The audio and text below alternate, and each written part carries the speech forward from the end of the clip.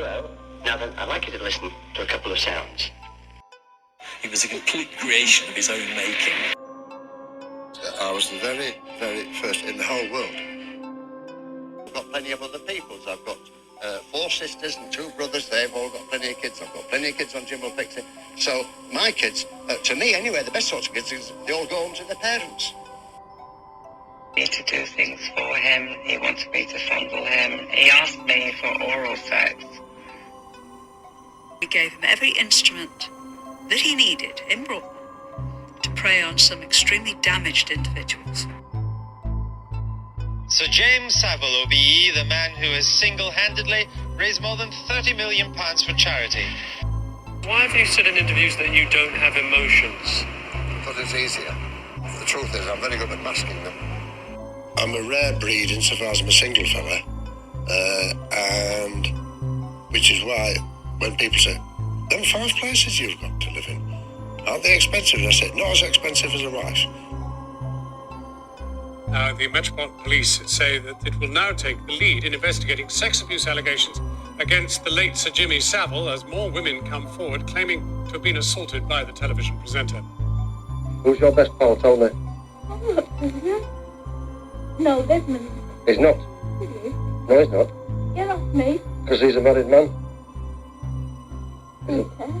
Yes, you do. Get off. I won't. I'm just squashing. Not until you say me. Now, me, when I stand in front of the table and St. Peter's there, he says, "You are not coming in." And I'll say, "Well, why not?" And he say, "Because you're a villain." And he'll show me the debit side. And I say, "Hang about." And I'll show him the credit side and say, "Does that mean anything?" And if he says, "That means nothing," then I'll threaten to break his fingers. What does she do with the cable, boys? And I didn't want to. And he promised me that if I gave him oral sex, that he would arrange for me and my friends to go to Television Centre and be on his television show. Hey, we've got it all happening tonight, ladies and gentlemen. Everybody's around. We're going to start with our guests. I hope it's been a very good week for you, and here's a very good set of fixings for you. Here we go now with a letter from Leeds. Yeah, Leeds. Me. So I promise I promise. that you, Jimmy Savile, You, Jimmy Savile, are the only one are the only one. in my life. I was 14. Of course I wanted to go to Television Centre. I didn't want to give him oral sex because I thought it was disgusting, but I did it. Okay. Gary Glitter was one example. He was particularly horrible and only interested in getting as much sex as he could possibly get from any girl. I'd start with manipulative, then controlling, and very, very clever. Has become a great British institution. Not bad for just another zany DJ, but there's a lot more to cigar-smoking Jimmy than meets the eye. I can remember seeing him having sex with one of the girls from Duncroft in Jimmy Savile's dressing room. I was the very, very first in the whole world to run a dance to record. You used to be a wrestler, didn't you? I need a lamp. Oh, yeah. I'm feared in every girls' school in this country. Hello and welcome to the Deathcast. I am your host, best-selling author Ian Totten, and I'd like to thank you for joining me as we prepare to take our 8th look into the life and crimes of Jimmy Savile. Before we get into it, as always, I have a few plugs and show notes. If you would like to follow me on social media, that would be Instagram, MeWe, Facebook. Just search for either Ian Totten Author or The Deathcast. You can also find me on YouTube under Ian Totten. These episodes go up there every week when the new episode drops. If you'd like to find any of my books, you can go to tinyurl.com/Totten-books. That's tinyurl.com/Totten-books. If you'd like to sign up for the show's mailing list, just go to corpsecreekpublishing.com, click on the sign up button. While there, please consider making a donation to the show by clicking the donate button. buy me a cup of coffee or a pack of cigarettes. If you really enjoy the show, please consider going to tinyurl.com/DC Patreon and become a Patreon member. Any money that comes in via the Patreon or the donate button goes into helping offset the production costs of this show. If you enjoy the show, please subscribe on your favorite podcast app and leave a 5-star review. If you don't enjoy the show, just move along. You don't need to leave a snarky comment or email me to let me know how much you disliked the show, because, as I proved last week, I will put you on blast. We did receive a very nice message this week over at CorpseCreekPublishing.com from Eric. And Eric said, "Hello, I just wanted you to know that I've been listening to the Jimmy Savile portion of your podcast, and I would like to say I enjoy it very much. I find your research on the subject matter very extensive and enjoyable, and I enjoy listening to your banter. Thank you for putting this out. I do appreciate it very much." Well, thank you very much, Eric. I am so happy to hear that you enjoy the show and that you are enjoying my dive into Jimmy Savile. He has been an all-consuming case to study, and in fact, he was the muse, so to speak, behind my latest novel, Maggie, which is available now at tinyurl.com/Totten-books. Alright, now that all the plugs are out of the way, get yourself something to drink, find a nice comfy chair. I've got my coffee, I've got my cigarettes. Let's go into the crypt. When we left off last week, Jimmy's mother, Agnes, had just passed away. About a year, give or take, after he had been given an OBE during the Queen's New Year's honors. As with previous episodes, I am using the timeline for Jimmy's life set out by Dan Davies in his book In Plain Sight, The Life and Lies of Jimmy Savile. And as such, the reason for that is he gives a fairly concise timeline of events in Jimmy's life. And I'm filling in the various gaps both with Jimmy's book As It Happens, which was his autobiography, as well as with the various reports that were put out by the Metropolitan Police, the BBC, and other organizations that were associated with Savile, who went and did inquiries after his death and allegations of the abuse that he is purported to have done came out. One of the reasons I'm using Davies' book, because people have asked me why I'm relying on it, is for the simple fact that Davies adds historical context to various events in Savile's life, which I myself might not know, especially because I am from America, and obviously Savile was from the UK, and I am not exactly an expert on British history. Throughout the early part of the 1970s, the IRA waged a fairly bloody war in an attempt to gain independence for Ireland and force the British out. Whether this was the actual IRA or the provisional IRA, I'm a little foggy on. Regardless, this led to the Bloody Sunday, where British troops killed 14 civilians. Long after that, a date known as Bloody Friday occurred, where 22 bombs exploded across Ireland in a 74-minute period, the result of which was 130 individuals injured and 9 slain. This led an organization known as the Northern Ireland Association of Youth Clubs to reach out to Jimmy Savile. Now, the Northern Ireland Association of Youth Clubs was an interdenominational organization made up of both men and women.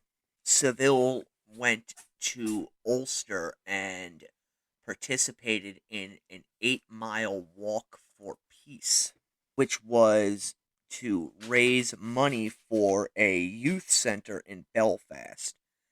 To show you how Savile viewed himself, security forces informed him before he went that it was very likely that he would be a target for IRA snipers, and Savile was unconcerned. As always, Savile cracked jokes stating that the chain link fence that had been erected would suffice to keep him safe, not from bullets, but from quote-unquote birds, which in Savile parlance is women. The reason I'm bringing this up is for the simple fact that during this period of time, Savile really started to put himself out there as some type of envoy of peace. At some point, although it's hard to pinpoint exactly where, Savile is known to have gone over to Israel, and according to Savile's account of the story, the Prime Minister of Israel, as well as their parliament, called on him to come and speak with the Prime Minister. Whether this is true or not is unknown, but it is known that he did, in fact, meet with some pretty high muckety-mucks in terms of cabinet ministers while in Israel. This has led some to speculate that Savile was working for the British government in some regards when it came to matters such as going into war-torn areas where Great Britain had a stake. Ireland would, of course, be one of those areas where they did and continue to have a major stake. So it's not outside of the realm of possibility that the government may have tapped Savile to do this kind of work. It would not be the first time that they did things of this manner. There's plenty of historical record to show that back during, I believe it was World War I, Aleister Crowley worked for British intelligence. Although Crowley, much like Savile, liked to play up the things that he had done for his government to make them seem bigger than they actually were. And I only throw this out there as it's another piece in the much larger puzzle of who Jimmy Savile was.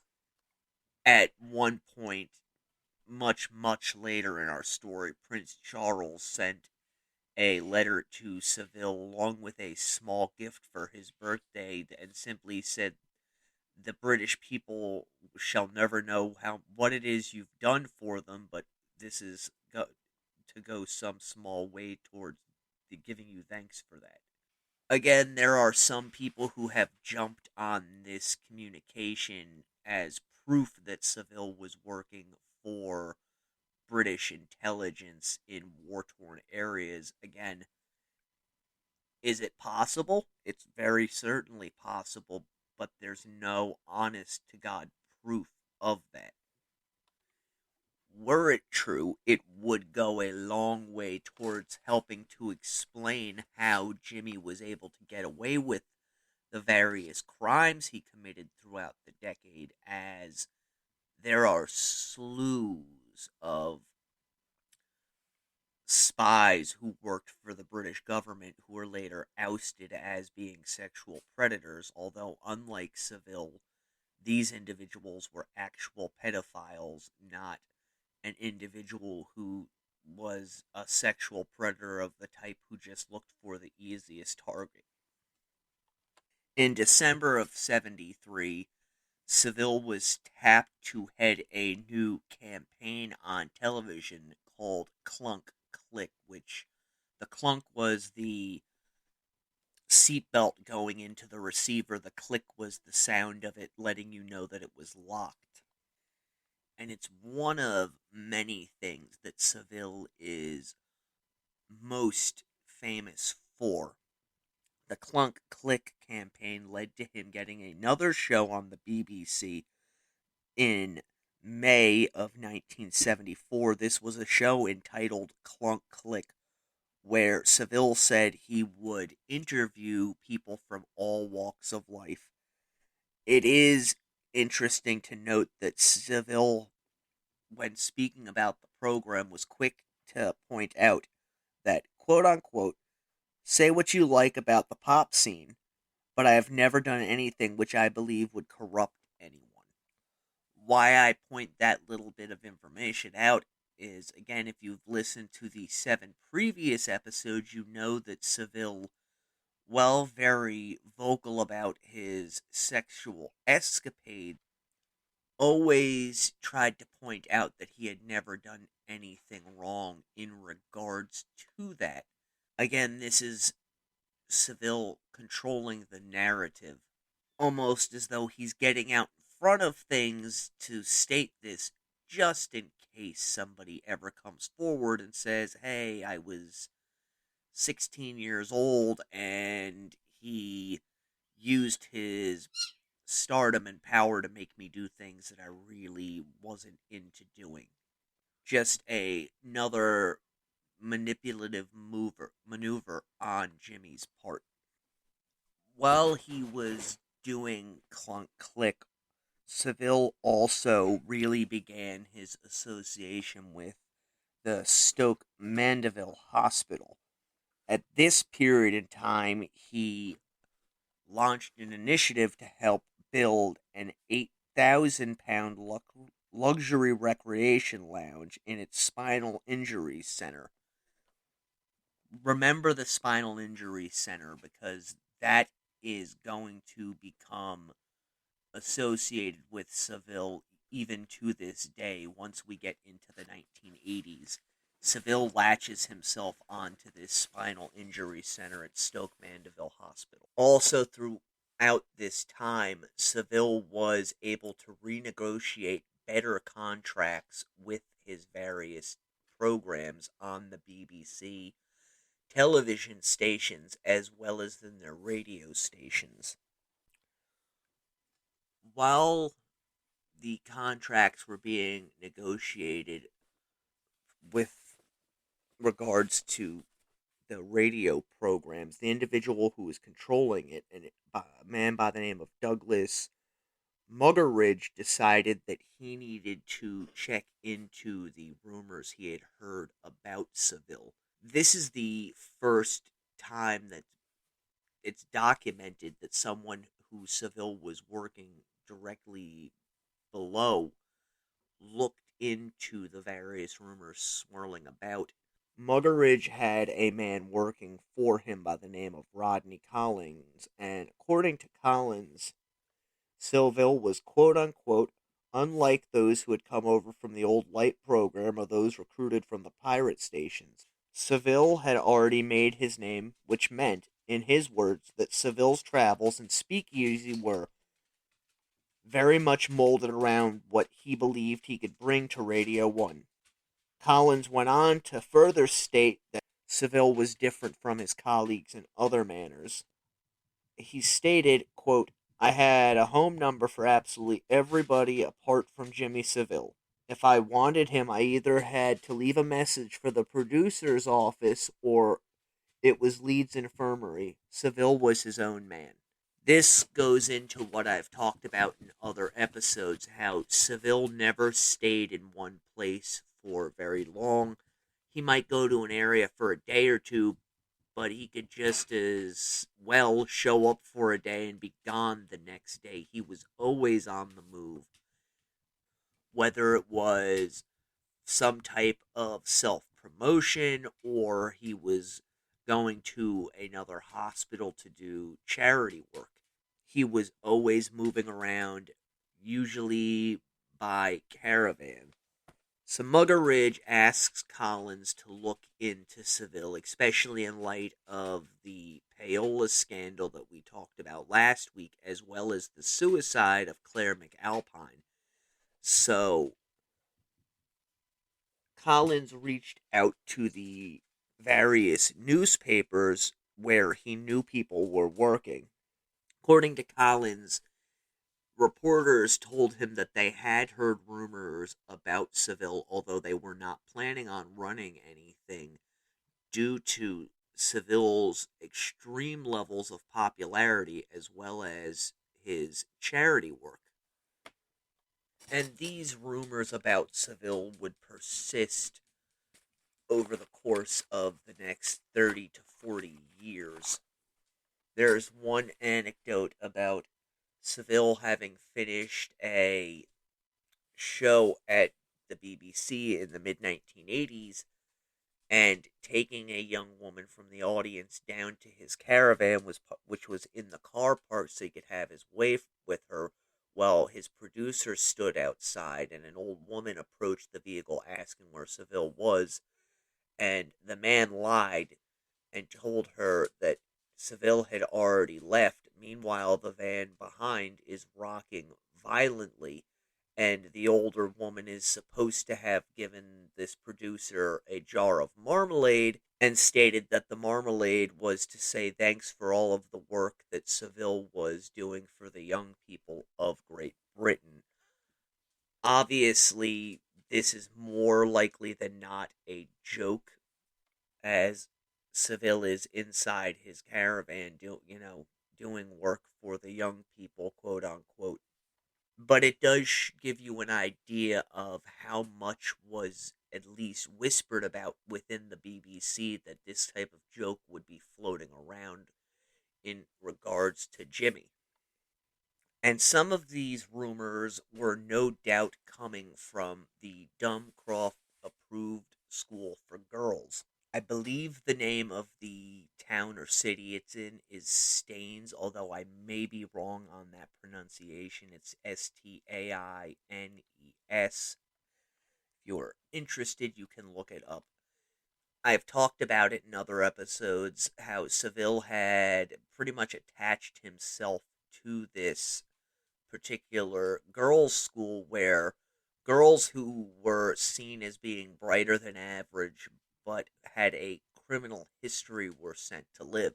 And in fact, one of the girls who gone to Duncroft when she was an adult is the first person to come forward with stories about the things that Jimmy did.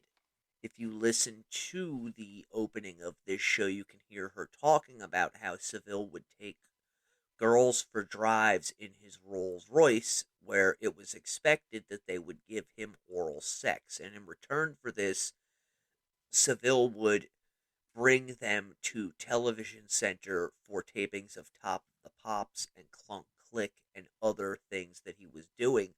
But he would also bring them candy and cigarettes. And most of the girls went along with this because they wanted to go to places like Television Center, but they also didn't want to cause trouble for the rest of the girls. That was the mindset that they had, was that if I don't do these things that he's asking me to do, then he's going to stop coming around. All the other girls are going to be mad at me because he's not going to take us out on these trips any longer. He's also not going to bring us candy and cigarettes again. You can see how he parlayed his power and celebrity to leverage these girls to get what he wanted from them. This is the type of stuff I have been talking about when I say that I don't believe Savile was actually a pedophile. Because it wasn't just teenage girls he did this stuff with. He also did it with full-grown adult women. I'm talking women in their 20s, their 30s, their 40s. He would get some way to get leverage over them to get them to do what it was that he wanted, whether it was helping to pay an electric bill or anything along those lines, giving them candy and cigarettes, or promising to introduce them to their favorite musicians.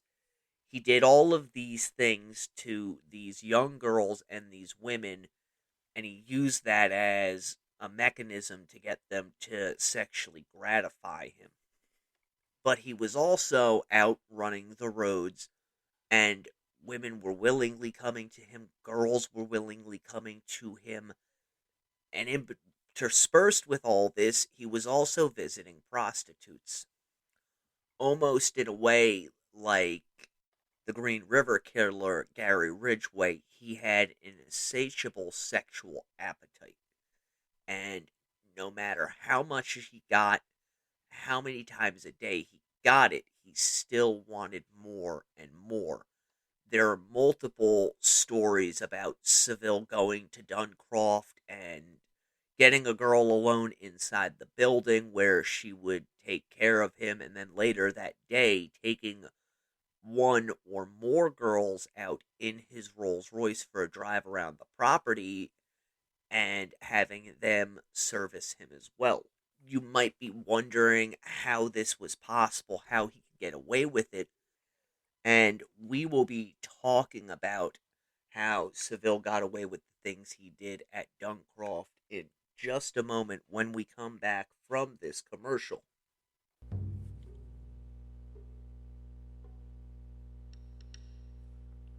From Ian Totten, best-selling author of The House of Silver Doors, the Blood Gotch trilogy, and the Throwaway Girls of Olympia, comes Maggie, a book which New York Times best-selling author Keith Elliott Greenberg has called a classic detective story, well-crafted, and a supernatural vortex. Maggie, the name was burned into Lieutenant Carl Jablonski's mind like a brand, and had been since the night of the fire. He doubted he would ever forget that night, or how she had danced in the flames of her burning home. Maggie. Who was she, and why did no one in Kaya's Crossing seem interested in talking about her or her family? These were questions without answers, quandaries that drove Carl on as he explored the darkest of the town's secrets, desperate to unravel the knots that tied everything together. Maggie. Carl felt haunted by a visage, even as the local reporter, George Murphy, told them of the blood-soaked history that lay along their path, and the horrors that it held. None of it seemed real, and yet it was. The sacrifices, the screams, the pact with the nameless ones, and the hell that she had endured. Maggie.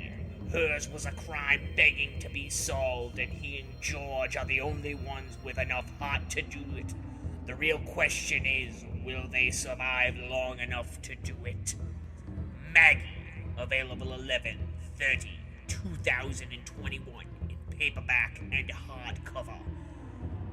E-book pre-orders are now available at Amazon.com. Only from Corpse Creek Publishing. You have been warned.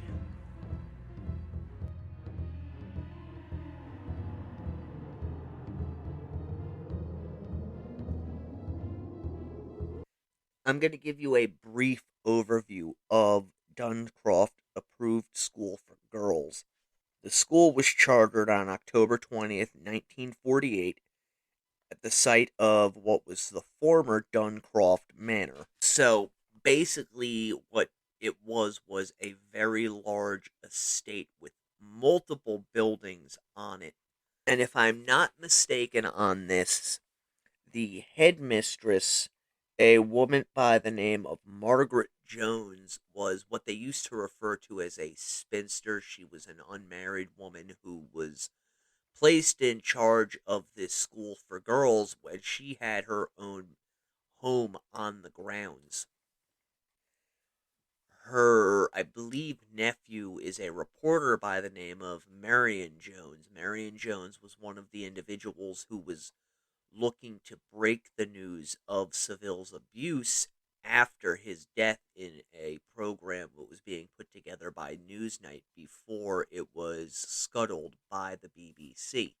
According to Marion Jones, his aunt enjoyed having Savile there because it brought the girls' spirits up but it also brought much needed attention to the school, as these girls were basically sent there and then forgotten about.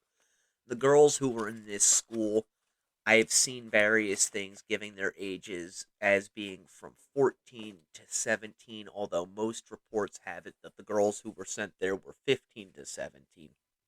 Regardless, a year either way doesn't matter as far as who was sent there. They were all basically within the same age group. Marion Jones has gone on to state that his father took a very dim view of Savile being allowed such easy access to these young girls. This despite the saintly image that Savile had been portraying in the media. And it's easy to understand why you have a 40-something-year-old man going to this school with young, impressionable girls and visibly horseplaying with them. You know, what we used to call, when I was in the Navy, playing grab ass with them. And Savile didn't just do this at Duncroft. He did this all over the place. The inappropriate touching, the pinching on the butt, that kind of stuff. Grabbing the girls in, a very tight type of bear hug, or laying down on top of them and tickling them. All of this in front of other people, and he thought nothing of it, nor, for the most part, the people who saw this thought nothing of it, because he's, as I've said before, our Jim. So Savile really had almost unfettered access to this girls' school. And he would go there, he'd bring them gifts, he would take the girls out, they would do what they did inside of his car, and then he would get a group of them and he would bring them to Television Center, where his shows were being produced.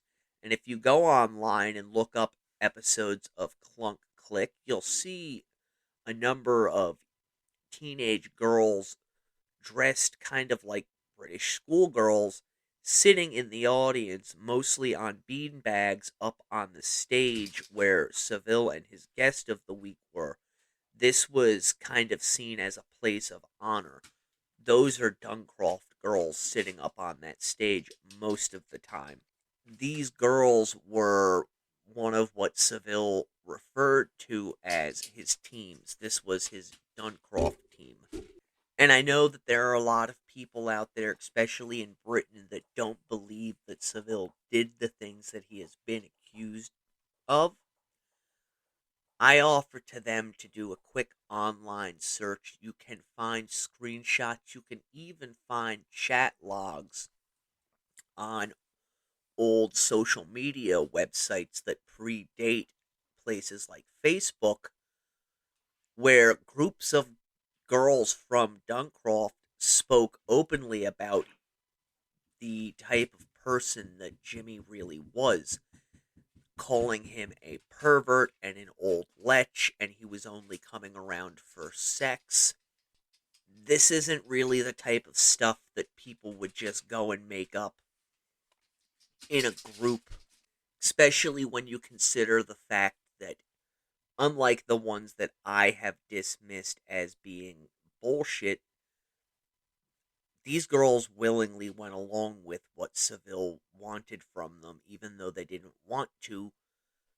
I'm sure there were a few in there who were okay with what they were doing, but for the most part, they didn't want to do what Savile wanted them to do, but they went along with it for the reasons I've already given.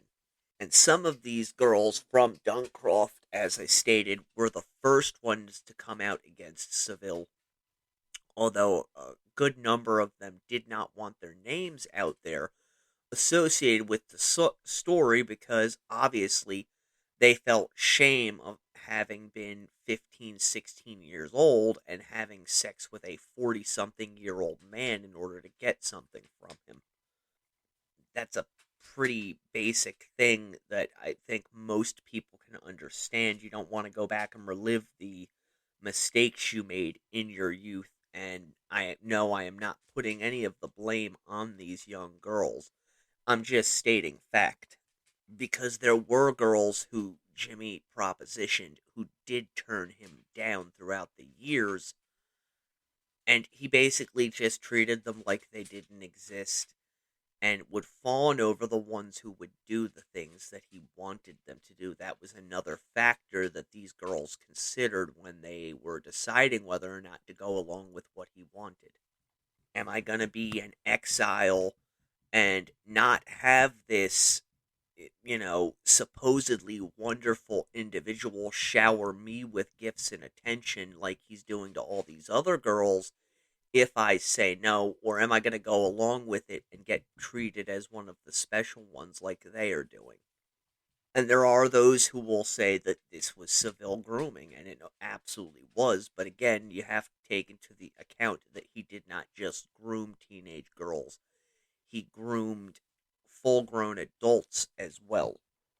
And Duncroft, so far as I can tell, was a place that Savile was associated with, at least up until the late 1970s. From all records that I've been able to find, the school closed in 1981. Back in Savile's celebrity lifestyle, another run of Clunk Click was commissioned. And there is a fairly infamous clip from this second episode on YouTube where Savile has Duncroft girls on the stage, but his guest that week is Gary Glitter. And I'm only going to dive into Glitter for a few moments because someone from Britain reached out to me this week asking me for documentaries on Glitter. If you've heard the songs Rock and Roll Part 1 and Part 2, you know who Gary Glitter is. He was a very big deal in the 1970s. They call him the godfather of glam rock. He was also a horrific, admitted, and multiple-time convicted pedophile. He was born on May 8th, 1944 as Paul Francis Gadd. In 1999, he was imprisoned for downloading child pornography before being convicted of child sexual abuse and attempted rape in 2006 and 2015. This is coming from Wikipedia. I know a little bit about Glitter, but not a whole lot. After his conviction and jail sentence, he fled Britain on his private yacht and ended up living off the coast of Spain for a period of roughly 6 months before his real identity was discovered and he was forced to flee again, at which point he went to Cuba and later to Cambodia. Eventually he settled in Vietnam, and this is where Glitter's real problems began. Apparently, he was seen groping a waitress who was underage at a nightclub, at which point he was banned, and other individuals saw him take 2 young girls into his home. After fleeing his home, Glitter was arrested at an airport, and it later came to light that at least 6 girls and women ages 11 to 23 claimed that they had had sex with Glitter. It's interesting to note that Glitter faced the possibility of being executed in Vietnam for having sex with underage girls, something I personally wish they had gone ahead and gone through with, but Glitter paid the girls' families off, and they went before the court and begged for clemency. Eventually, he went before a judge facing charges on abuse of a girl aged 10 and another aged 11, for which he got 3 years in prison. Glitter tried to state that he never did anything wrong and that he had in fact been framed by the British media. After being released, Glitter tried to claim that he had never had sex with anyone who was under the age of 18 and at least not willingly so. When Glitter was released from prison, he expressed interest into going to either Hong Kong or Singapore. It should be noted that both of these countries are known for having a fairly active underage sex trade. Glitter was deported back to Britain, where he was given a foreign travel order, which basically banned him from leaving the country. After being back in Britain, Glitter was brought up again on charges of having raped young girls between ages of 13 and 14. He was also charged with historic sex abuse against 3 girls between 1975 and 1980. Glitter was sentenced to 16 years in prison on February 27th, 2015, and as of now, he is still incarcerated. The reason I went through all of that, other than someone asked me a question about Gary Glitter, was this very infamous exchange between him on Clunk Click, where Savile stated, quote, "Do young ladies go to great lengths to get next to you, as it were?" Glitter replies, quote, "Yeah, and I go to great lengths to get next to them." Then he looks around into the darkened audience and says, "I'm having a look around the audience now to see if there's anyone I fancy." To which Savile, after laughing, states, "We always line our artist up." One of the girls from Duncroft has gone on the record stating that after this episode of Clunk Click was recorded, she ended up having a sexual encounter with Glitter that was not altogether consensual. According to the man who produced Clunk Click, an individual by the name of Roger Ordish, although he had heard rumors that Savile was quote-unquote interested in young females, he never saw nor heard anything to make him think that he was taking advantage of underage girls.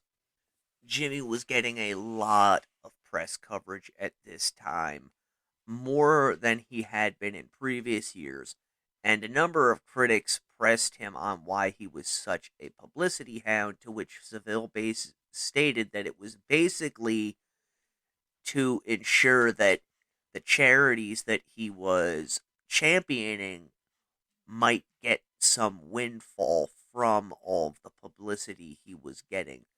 And that's one of the tools that Savile used throughout the years. He tried to put on this benign air of, I'm not really publicity seeking for myself. It's just that I'm a very famous individual and these kids are holding out hope that I'll be able to raise money for them.